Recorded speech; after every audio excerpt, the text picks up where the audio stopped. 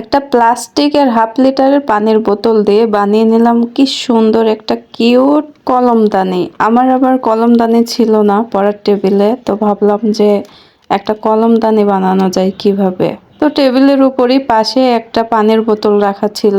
এই বোতলটি দেখতে অনেক সুন্দর ছিল, যে ভাবা সেই কাজ। তারপরে আমি কাজে লেগে বসলাম। বোতলটা কেটে প্রথমে ব্যাকগ্রাউন্ডে পুরাটা সবুজ কালার দিয়ে দিলাম রংটা।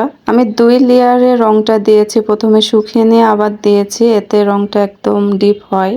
তারপরে ওই যে স্ক্র্যাবার থাল বাসন মাজা, সেটাতে একটু স্ক্র্যাপ করে নিলাম। দেন এখন মনের মাধুরী মিশিয়ে ডিজাইন করার পালা। আর এভাবে আমি সিম্পল করে ডিজাইন করলাম। আমি তো ভাই পাকা আর্টিস্ট না, তো যেটা মনে আসছে আমি এবড়া সেবড়া করে ফেলছি। তবে ফিনিশিংটাই কিন্তু অনেক সুন্দর হয়েছে। লাস্টে কলমগুলো রেখে টেবিলে সাজানোর পর আমার কাছে বেশ ভালো লেগেছে। আল্লাহ হাফেজ।